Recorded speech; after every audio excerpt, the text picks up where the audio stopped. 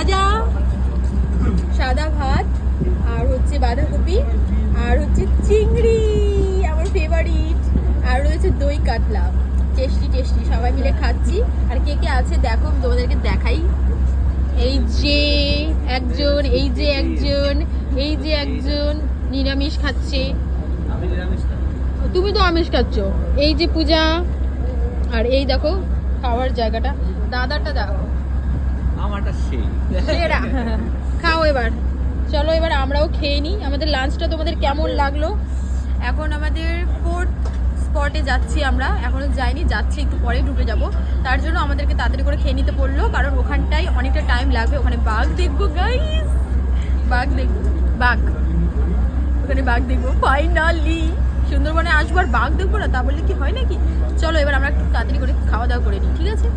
চিংড়িটা খাচ্ছি, একটু